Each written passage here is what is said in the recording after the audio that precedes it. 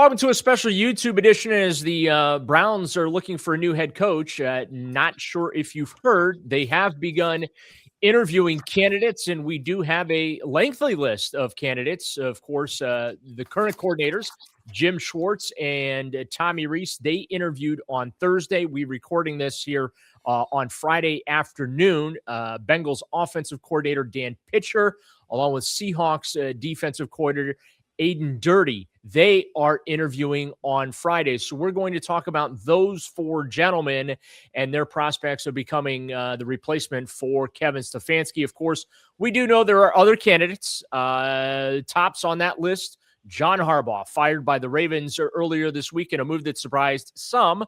Mike McDaniel, let go by the Miami Dolphins recently. He is on the list. Also on Friday, the Browns requested permission to interview Chargers defensive coordinator Jesse Minter. And of course, we know that Todd Monken, who was here in 2019 under Freddie Kitchens, the offensive coordinator of the Baltimore Ravens, probably not much of a future there in Baltimore with John Harbaugh out.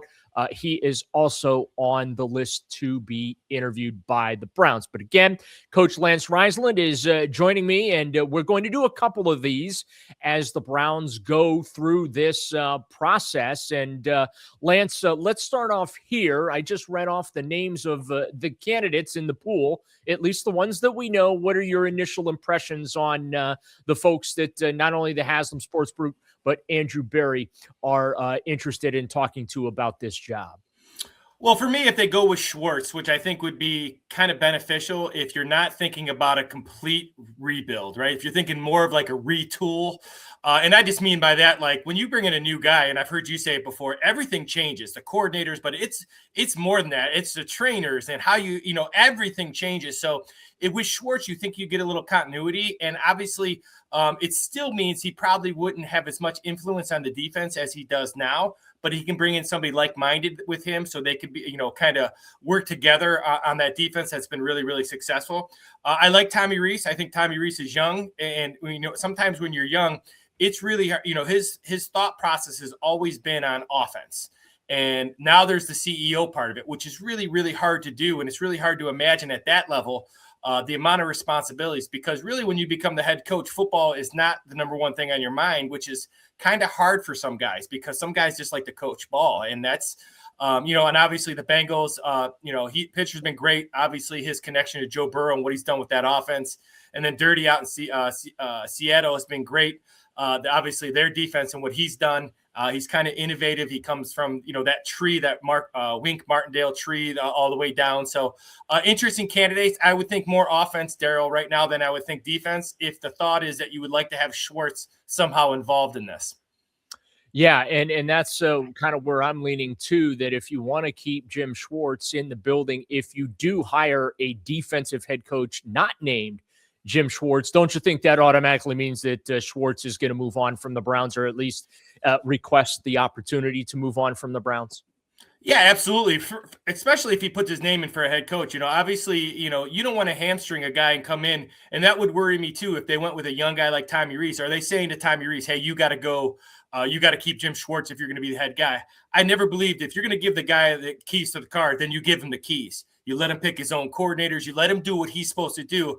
And that's kind of the hardball and these guys that they're bringing in. I'm not sure if that kind of matches their thought process and how they do things based more on numbers and things like that. So, if Schwartz is not the head guy, you may have seen the last of this defense and how it looks right now. Let's start with Schwartz as we go through a little bit of a breakdown here. He was interviewed on Thursday. What do you think would change with him as the head coach of this team if, in fact, he has chosen to succeed Kevin Stefanski? Well, watching every day practice, you and I stand there, watch every practice every day. He's the guy that will bring a lot more intensity, right? He's a guy who's going to kind of wear his emotions on his sleeve a little bit more than Kevin did. Not that I thought that was wrong by Kevin. That was his style, and it worked for a number of years for him. But this is the guy who's emotional. This is the guy who's probably going to be a little bit more in their face. He's probably going to hold them a little bit more accountable in the offseason and how they attack things. And, I've always wondered, I would think the practices would become a little bit more physical if Schwartz is your coach. And I think that's important for the Browns, getting off the slow starts and having guys that they're going to need to prove themselves. Obviously, he's a guy who's done it before, so it won't overwhelm him, the CEO part of it. It won't overwhelm him. And I think they'd just be more physical as a full squad. So that would be my initial thoughts with him, is just the physicality that he would bring, that intensity, and that wearing his emotions on his sleeve. He, of course, was the former head coach of the Detroit Lions. What do you think he might have learned from that experience that could make him better should he get the opportunity with the Browns? Well, I think it comes down to just that organization of preparation. How do you prepare camp? How do you prepare your joint practices? How do you, they've had an issue with, in my opinion, with just simply too many injuries. How do you address the offseason weightlifting? I think it's more feel. They're such a numbers-based, analytic-based kind of organization right now. Schwartz is going to kind of bring in that old school feel to things, and how he the guys he wants on his team, and roster control and things like that they don't seem to really buy into right now. And if they brought Schwartz in, or brought an older guy in, he's going to want some of those things. So I just think the way they would run everything would be a little bit more old school, in terms of, you're going to practice if you can practice. You're going to, in the offseason, you're going to lift. You're going to do the things we ask. We're going to ask you to be here a little bit more often, even if it's involuntary. We want you here. We want you to be a part of it. So I just think it'd be a little bit more in your face, Daryl, I guess would be the word I would use, the phrase I would use. Yeah, when you talk about offense, obviously, even though he specializes on the defensive side of the ball, to specialize, you got to know offense, right? Just what type of involvement do you think he will need to have on that side of the ball? Does he need an experienced coordinator there, or could he have a younger coordinator, like maybe they retain Tommy Rees in that position? Well, if you keep Tommy Rees, the good thing about Tommy Rees more than anything else, he knows the roster, and he knows the skill set, and how high these guys can get and how low they can get, and the expectations of guys and what guys can and cannot do. I think with Schwartz, if he comes in and he's more involved with the roster, then they find guys who are more involved in what they want to do. Now, Tommy Rees has always been a multiple guy, going back to his Notre Dame, his Alabama days. He's a guy who likes to run multiple tight ends, multiple receivers, does a lot of different things. But it would be kind of fit in with Schwartz's defense, in terms of they would like to be physical. And I think Schwartz is going to want a guy who's physical, who they can run the ball. If you think about a Ben Johnson, everybody talks about what he does offensively, but the foundation of what Ben Johnson does with the Bears and what he did with the Lions is physicality. And I think that's kind of what you'd get with Schwartz. And I think Tommy Rees would fall into that. And I think it would kind of, the familiarity would allow a lot less, work to be done if he was to bring in a whole new coordinator with, this is what we have on the roster. I made the joke on X the other day. I posted some video from the open locker room, locker clean out on Monday. And I'm going to go ahead and basically Grant Delpit and Denzel Ward gave just glowing references for Schwartz as a coach, and endorsed him to be the head coach. And so I made the joke, hey, if Schwartz is looking for any references, certainly hope he used Grant Delpit and Denzel Ward. Just what type of impact do you think, or should it have, that the players seem to be endorsing Schwartz as head coach? How do you think that tilts the conversation internally? And should it matter what the players say they'd like to see happen?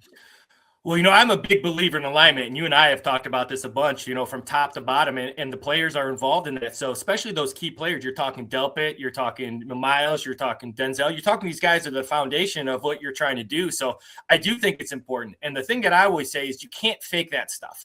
And I remember you asking those questions and those guys talking. You cannot fake those responses. You cannot fake how guys feel about you, because in the NFL, it's the case at all levels of football, but especially in the NFL, when somebody says you're a player's coach or anything like that, really what a player's coach is a guy who's going to get the most out of what they can do, which will allow them to make more money. And that's what it really comes down to. That's the nuts and bolts of it. And to be successful, they have to do that. And I think Schwartz, watching him practice every day, there's a level of accountability and a level of passion and attention to detail that he has that really rubs off on these guys. His scheme kind of fits his personality, aggressive, in your face.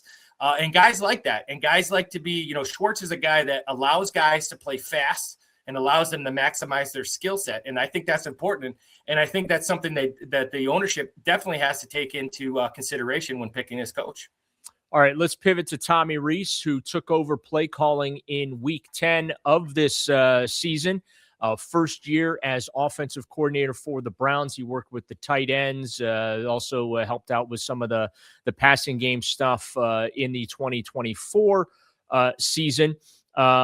He's about 33 years old. Young guy. Now, let's keep in mind that when Andrew Berry was hired by the Browns, or I should say brought back to Cleveland after spending a year in Philadelphia, and they named him the executive vice president of football operations and general manager, he was the youngest top football executive in the National Football League. So the Browns aren't scared off by age, and I'm not saying that age should play a factor here, but let's be real about it, Coach. Age, kind of inexperience, does matter when you're talking about a head football coach, doesn't it? Yeah, well, and it's funny because I've always wondered this, and even at the high school level, when I became head coach, I was still the offensive coordinator because. And I think you'll agree with me. Tommy Rees is being interviewed because of things he's done on offense and his organization, how he does things. And then all of a sudden you go to be a head coach, and now you're going to, even though you're probably going to be successful at it or could be successful at it, you're doing a whole different skill set now. You're not in charge of the offense. You're not in charge of practice plans. You're not in charge of scout. You're in charge of the whole organization, which means you got to have input on roster and special teams and defense.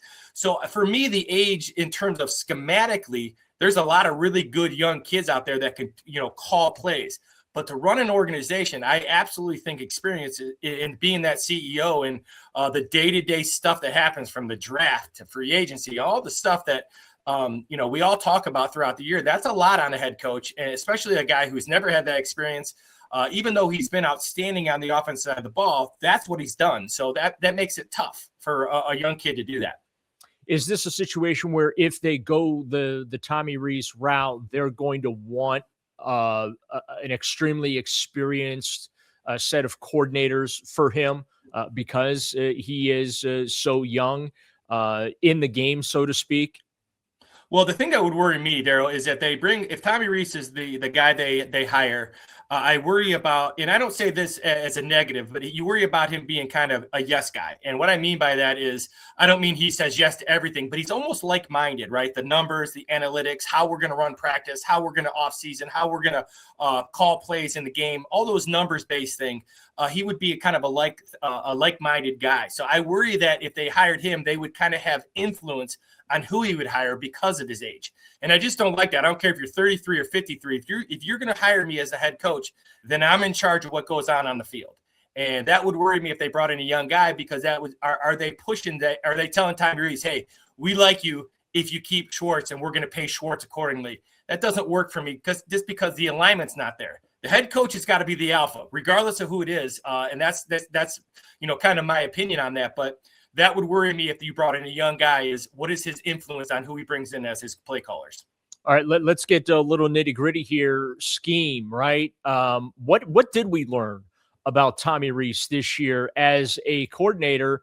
And let's be honest about it. The Browns fielded one of the worst offenses in the NFL. They were ranked in the bottom quarter there of the league in just about every single metric, every meaningful statistic that's there. So what did we learn about Tommy Rees as a coordinator, and how does that make him a legitimate and viable candidate to be a head coach for this football team with just 1 year of NFL coordinator experience?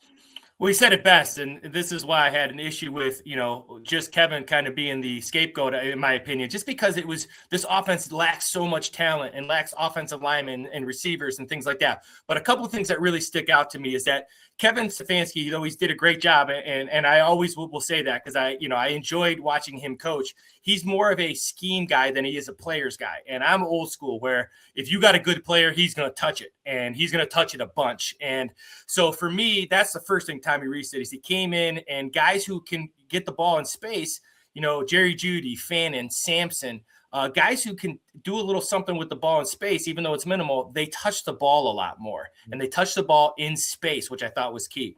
The other thing I thought he did that was very beneficial for Shedeur is that he used a little bit more motion, and motions and shifts and those things.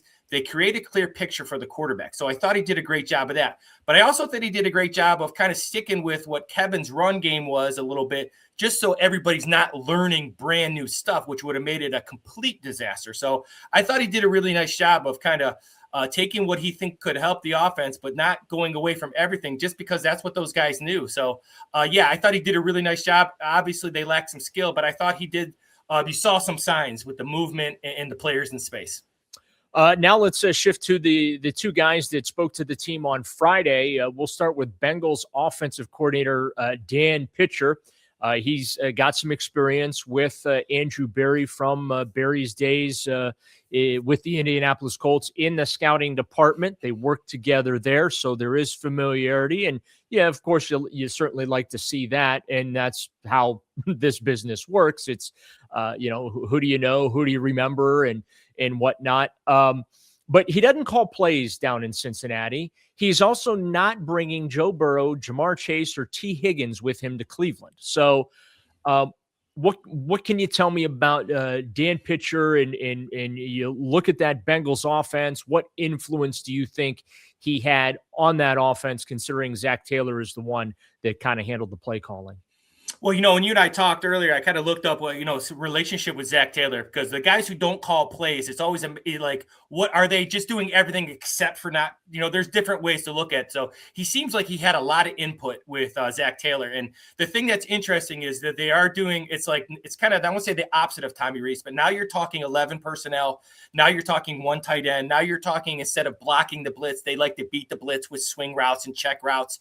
So the philosophy has changed a little bit. The personnel groupings will change a little bit. Now it's a pass first kind of offense where it's basically zone, a little bit of counter, but basically the run sets up the pass instead of the other way around.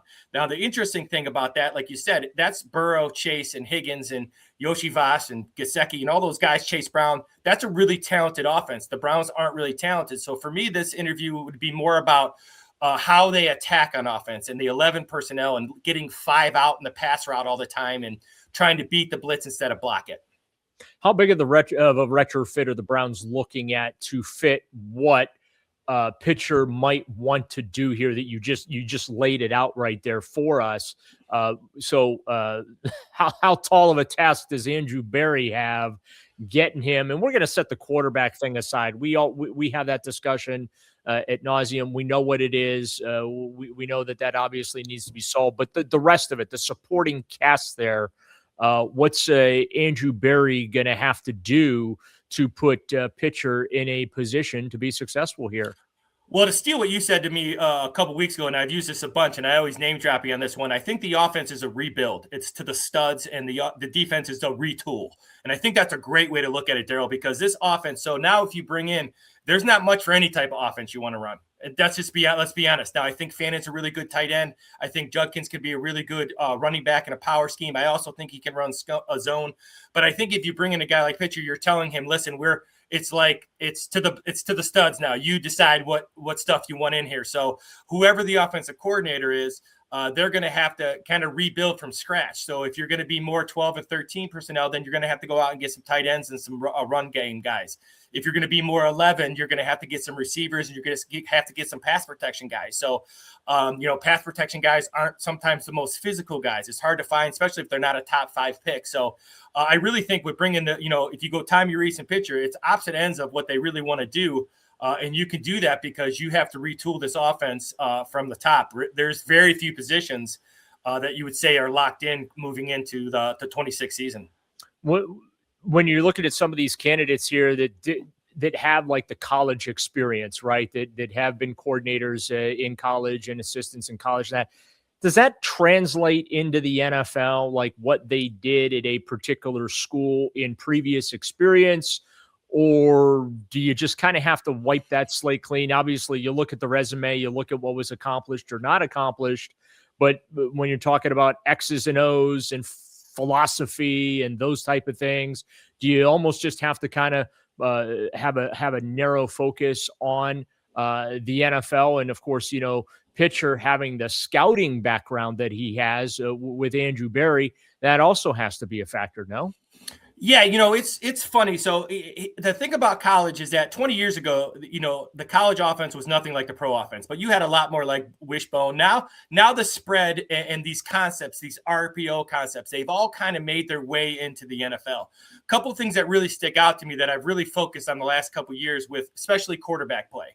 If you look at quarterback play and how it carries over, well, in college, there's a lot of RPO. There's a lot of one level reads where you're reading one guy, you pull it. There's not a lot of huddle calls. There's not a lot of things you got to do. So there's a learning curve with just the operation. It sounds kind of simple, but you and I have heard those plays in the huddle. They're long, especially if they kill it or can it, or, those things are like little books, and you have to be able to know what you're looking at and just simply calling those in the huddle, right? Simply having a snap count. Most of these guys are clapping their hands in college. So, but the concepts themselves, the high lows, they have kind of made their way into the NFL, smash and things like that. The operation is just so different.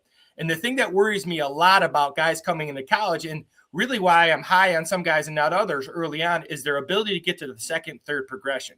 They just don't do that a lot in college now. And that's kind of how the offense is. We're going to go as fast as we can. We're going to find the matchup we like, because you can do that in college still. And we're going to read one guy, and if we like it, we'll take it, we'll throw it. If not, we'll hand off on the run play. So that's the worrisome, just the level of knowledge and the things you have to know, and the play calls, and getting in and out of a huddle. A lot of these guys have never been in a huddle. Getting underneath center, the footwork from underneath center is totally different than it is in the gun. Even if it's the same run play, your back is to the line of scrimmage for a number of steps. So it just takes a lot more than people think. It's not as easy as you would think, especially if you've never gone underneath center. So just those operation things make it tough.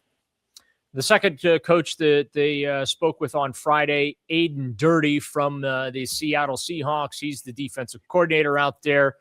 Also, too, the defensive version of Alex Van Pelt, not calling the actual plays and whatnot on game days. But, what are your impressions of him when you look at, obviously, the success and the dominance on that side of the ball the Seahawks have had this year? Some would argue that this defense is better than the Super Bowl winning Legion of Boom. Well, the thing that sticks out to me as I watched some Seahawks defense today is that if you think about Schwartz, the one thing, schematically it's not the same. They'll play some more two hi-hats and things like that. But the thing that is the same is that he puts guys in great position on third down. Matchups are really good. He'll find matchups inside. He does a really good job.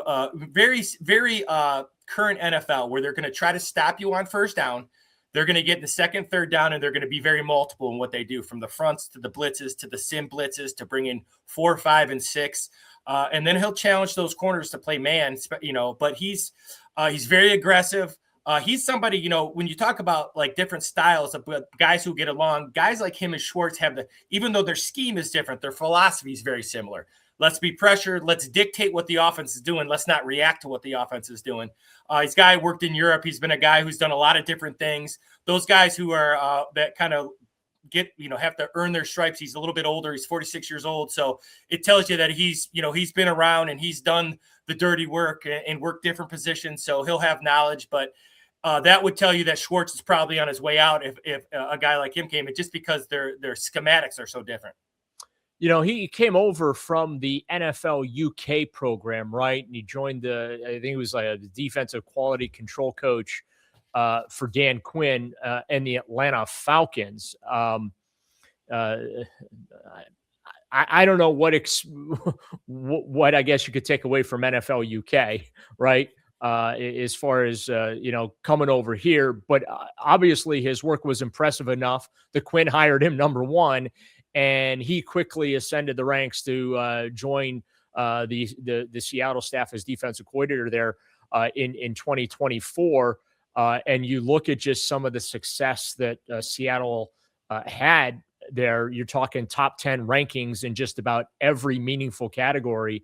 It's 2 years straight, right? So there's seems to be a developmental aspect about him, which now, considering the Browns had 14 plus rookies on the roster this year, many of whom played, development seems to be important. So, the fact that he has that type of a background, what type of a benefit do you think that is for him as he goes through this process with the Browns?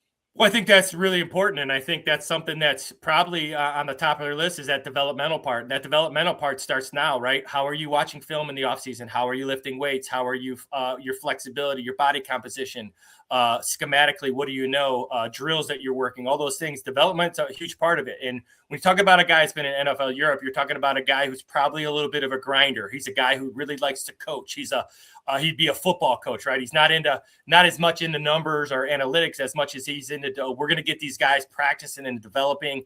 But when you have a guy who is over there, development obviously is the key. You're getting guys over there that really never played, and you have to teach them. So obviously it's kind of the bare bones, but a lot of times that's, as complicated as football has got, when people come to say it's come down to tackling, rushing, tackling, running the ball, stopping the run, it really does still. And that developmental part is important. And a thing that those type of guys are always guys who are going to be very transparent in what they do. They're not trying to wow anybody. They're just going to be, this is who we are.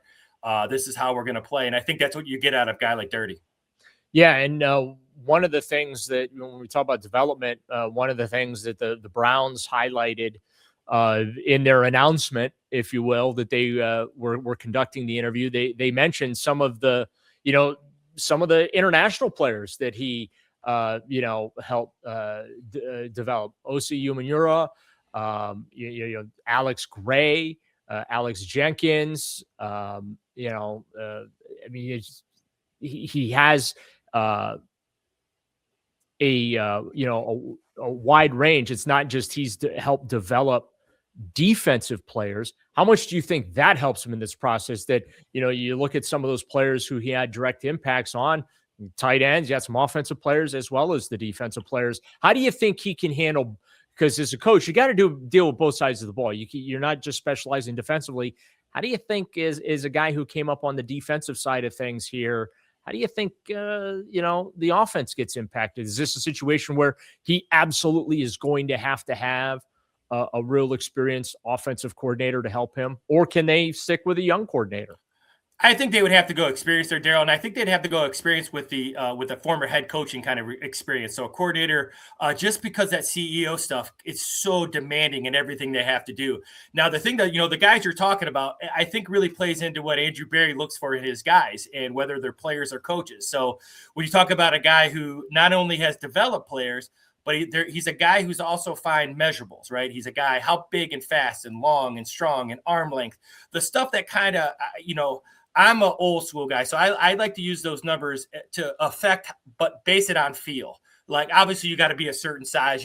We all know that. But there's also got to be a feel part. So seems like a guy who's kind of done both, right? He's developed guys, but he's also developed guys that kind of fit the mold of what NFL players have to be size-wise and speed-wise and violence and length and short area burst and all those terms that we talk about to make it sound like, we know what we're talking about, really comes down to, he can do both, and maybe that's what they like about him.